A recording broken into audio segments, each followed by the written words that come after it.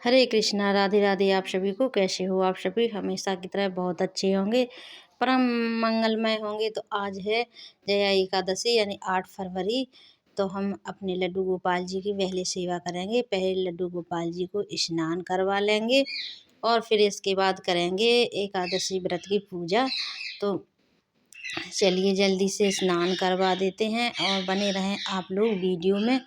Video पूरा अंत तक देखें और अगर वीडियो पसंद आए तो लाइक सब्सक्राइब शेयर करना बिल्कुल ना भूलें। तो चलिए हम अपने लड्डू गोपाल जी की सेवा प्रारंभ करते हैं। हमने ले लिया है कटोरी में दही, और दही था थोड़ा ठंडा तो हमने इसमें मिला लिया है गुनगुना जल। और अब हल्के हाथों से लड्डू गोपाल जी की पूरे विग्रह पर लगा करके और मसाज कर देंगे। हल्के हाथों से करना है क्योंकि हमारे गोपाल जी बड़े ही नाजुक है। तो हल्के हाथों से मसाज करें।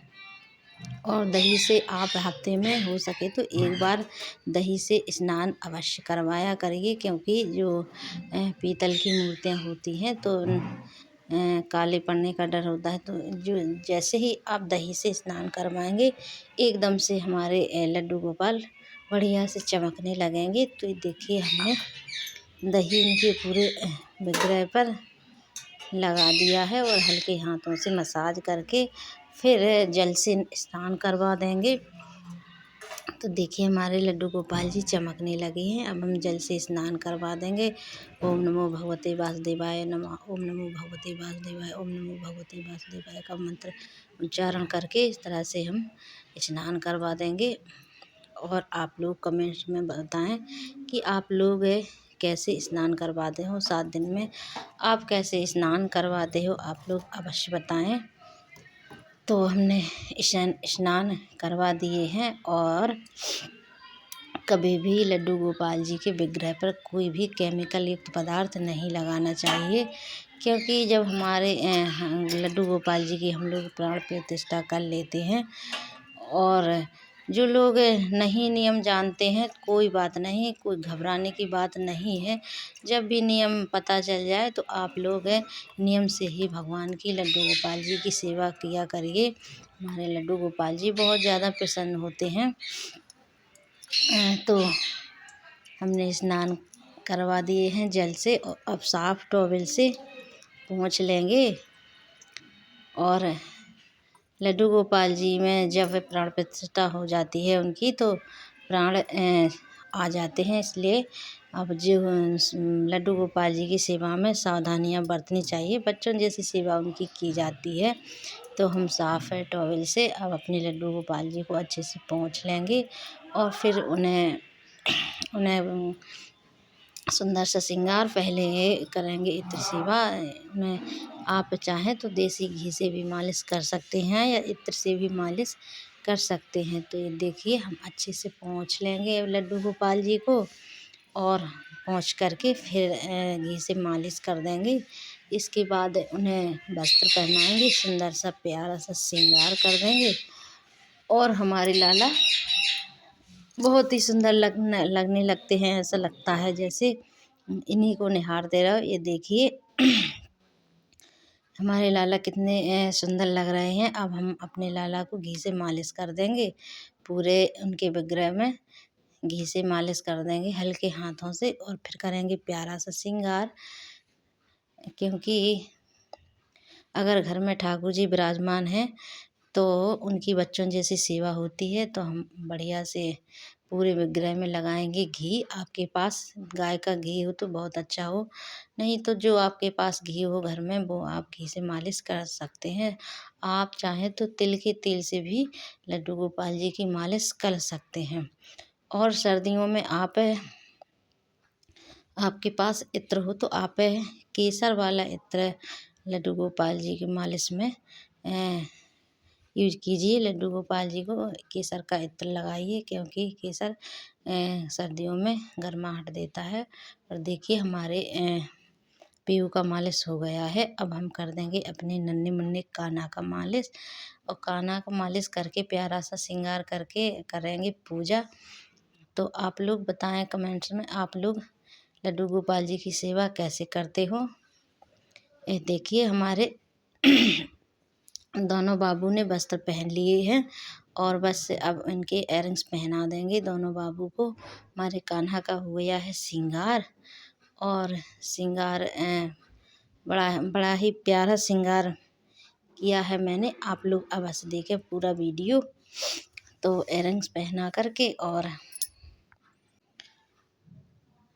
चलिए प्यारे से उनके बाल बना देते हैं, क्योंकि हमारे ठाकुर जी जब तक फुल श्रृंगार ना करवा लें तब तक वो उनके मन नहीं मानता। इसलिए कभी कभार तो इन्हें बहुत ज़्यादा देर लगती है और कभी बहुत जल्दी तैयार हो जाते हैं, बहुत ही जल्दी तैयार हो जाते हैं।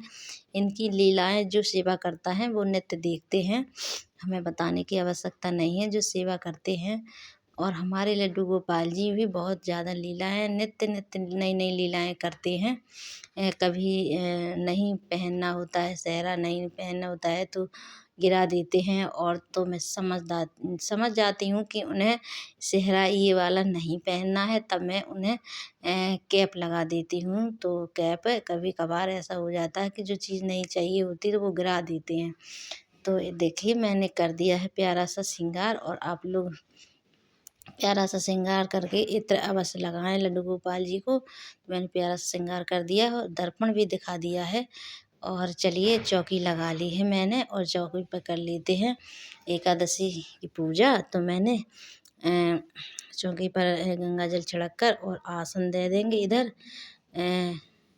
गणेश भगवान को आसन दे देंगे, और मैंने लड्डू गोपाल जी को पहले ही तिल का आसन दे दिया है, गाय माता को भी दे दिया।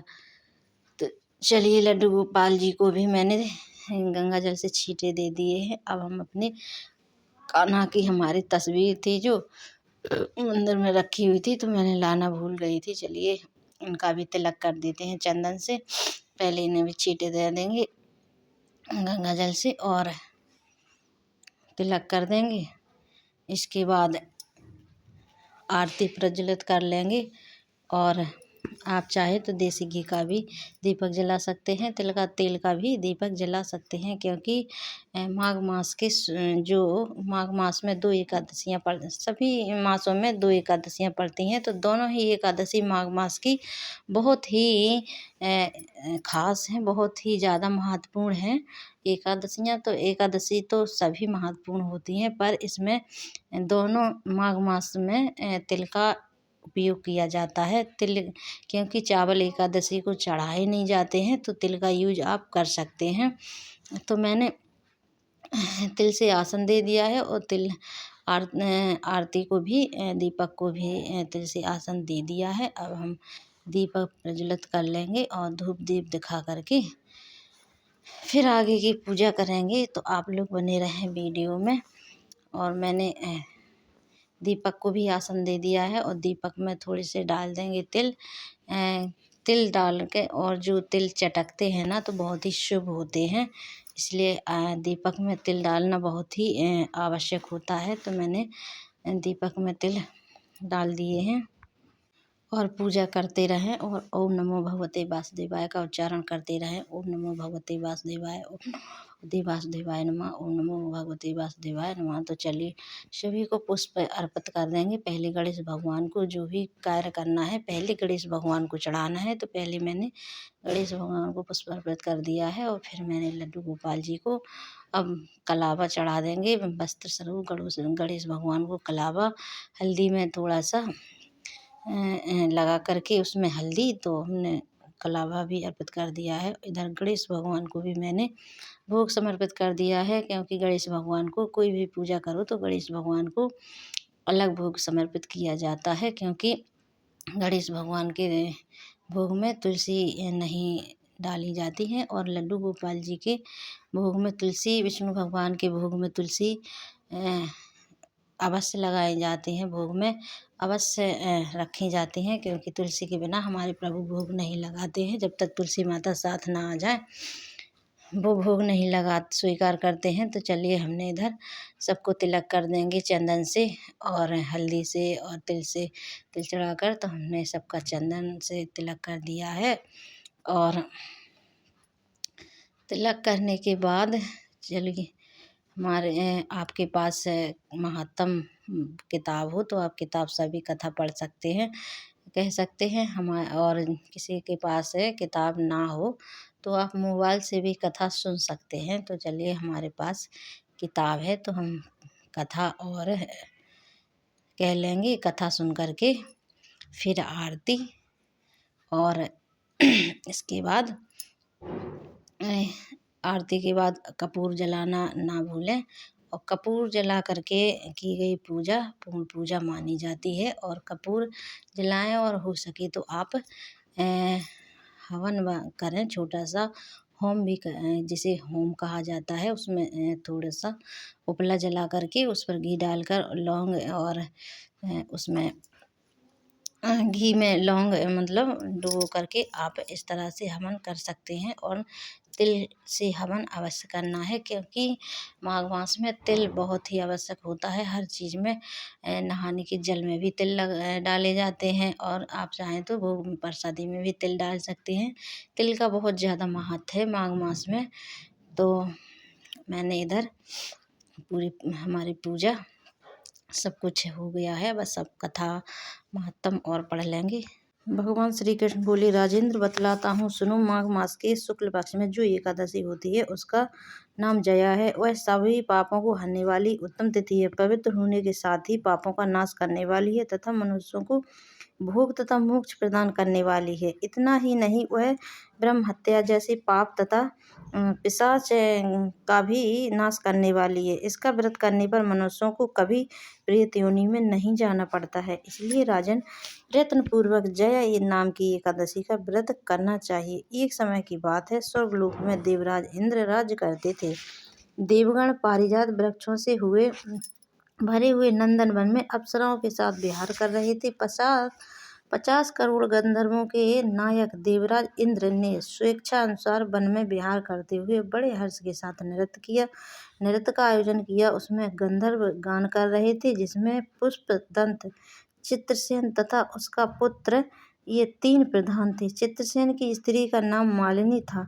मालिनी से एक कन्या उत्पन्न हुई थी जो पुष्पवंती के नाम से विख्यात थी। पुष्पदंत गंधर्व के एक पुत्र था जिसको लोग माल्यवान कहते थे। माल्यवान पुष्पवंती के रूप पर अत्यंत मोहित था। ये दोनों भी इंद्र के संतोषार्थ नृत्य करने लगे। इन दोनों का गान हो रहा था। इनके साथ अप्सराएं भी थीं। परस्पर अनुराग के कारण ये दोनों मोह के वशीभूत होकर चित्त में भ्रांति आ गई, इसलिए वे शुद्ध गान ना गा सके। कभी ताल भंग हो जाता तो कभी गीत बंद हो जाता। इंद्र ने इस प्रकार विचार किया और इसमें अपना अपमान समझकर वे कुपित हो गए। अतः इन दोनों को शाप देते हुए बोले, हे मूर्खों, तुम दोनों पर धिक्कार है। तुम लोग पतित और मेरी आज्ञा भंग करने वाले हो। अतः पति पत्नी के रूप में रहते हुए पिशाच हो जाओ। इंद्र के इस प्रकार शाप देने पर दोनों के मन में बड़ा ही दुख हुआ। वे हिमालय पर्वत पर चले गए और पिशाच योनि को पाकर भयंकर दुख भोगने लगे। शारीरिक पातक से उत्पन्न ताप से पीड़ित होकर दोनों ही पर्वत की कंदराओं में विचरण करने लगे। एक दिन पिशाच ने अपनी पत्नी से कहा, हमने कौन सा पाप किया है जिससे यह पिशाच योनि प्राप्त हुई है। नरक का कष्ट अत्यंत भयंकर है तथा पिशाच योनि भी बहुत दुख देने वाली है। अतः पूर्ण प्रयत्न करके पाप से बचना चाहिए। इस प्रकार चिंता मग्न हो वे दोनों दुख के कारण सूखते जा रहे थे। देवयोग से उन्हें माघ मास की एकादशी तिथि प्राप्त हो गई। जया नाम से विख्यात तिथि जो सब तिथियों में उत्तम आई। उस दिन उन दोनों ने सब प्रकार के आहार त्याग दिए, जलपान तक नहीं किया, किसी जीव की निंदा नहीं की, यहाँ तक कि फल भी नहीं खाए। निरंतर दुख से युक्त होकर वे एक पीपल के समीप बैठे रहे। सूर्यास्त हो गया। उनके प्राण लेने वाली भयंकर रात्रि उपस्थित हुई। उन्हें नींद नहीं आई। वे पति और पत्नी कोई सुख भी नहीं पा सके। सूर्योदय हुआ। द्वादशी का दिन आया। उन पिशाचों ने जया की उत्तम व्रत का पालन किया। उन्होंने रात में जागरण किया। उसके व्रत के प्रभाव से तथा भगवान विष्णु की शक्ति से उन दोनों की पिशाचता दूर हो गई। पुष्पवंती और माल्यवान अपने पूर्व रूप में आ गए। उनके हृदय में वही पुराना प्रेम उमड़ रहा था। उनके शरीर पर पहले ही की जैसे अलंकार शोभा पा रहे थे। वे दोनों मनोहर रूप धारण करके विमान पर बैठकर स्वर्गलोक में चले गए। वहाँ देवराज इंद्र के सामने जाकर दोनों ने बड़ी प्रसन्नता के साथ उन्हें प्रणाम किया। उन्हें इस रूप में उपस्थित देखकर इंद्र को बड़ा विस्मय हुआ। उन्होंने पूछा, बताओ किस पुण्य के प्रभाव से तुम दोनों का पिशाच दूर हुआ है? तुम मेरे शाप को प्राप्त हो चुके थे, फिर किस देवता ने तुम्हें छुटकारा दिलाया है? माल्यवान बोला, हे स्वामिन, भगवान वासुदेव की कृपा तथा जया नामक एकादशी के व्रत से हमारी पिशाचता दूर हो गई। इंद्र ने कहा, तो अब तुम दोनों मेरे कहने से सुदापान करो। जो लोग एकादशी के व्रत में तत्पर और भगवान श्री कृष्ण के शरणागत होते हैं, वे हमारे भी पूजनीय हैं। भगवान श्री कृष्ण कहते हैं, राजन, इस कारण एकादशी का व्रत सभी को करना चाहिए। नरश्रेष्ठ, जया ब्रह्म हत्या पाप भी दूर करने वाली है। जिसने जया का व्रत किया उसने सब प्रकार के दान दे दिए और संपूर्ण यज्ञों का फल प्राप्त कर लिया। इस महात्म्य के पढ़ने और सुनने से अनंत फल की प्राप्ति होती है। बोलो श्री हरि विष्णु भगवान की जय। ओम जय जगदीश हरे, स्वामी जय जगदीश हरे। भक्त जनों के संकट क्षण में दूर करे। ओम जय जगदीश हरे। चलिए भगवान को आरती दे देते हैं और कपूर से भी हवन कर लेते हैं। तो हमने कपूर से भी हवन कर लिया है, उसमें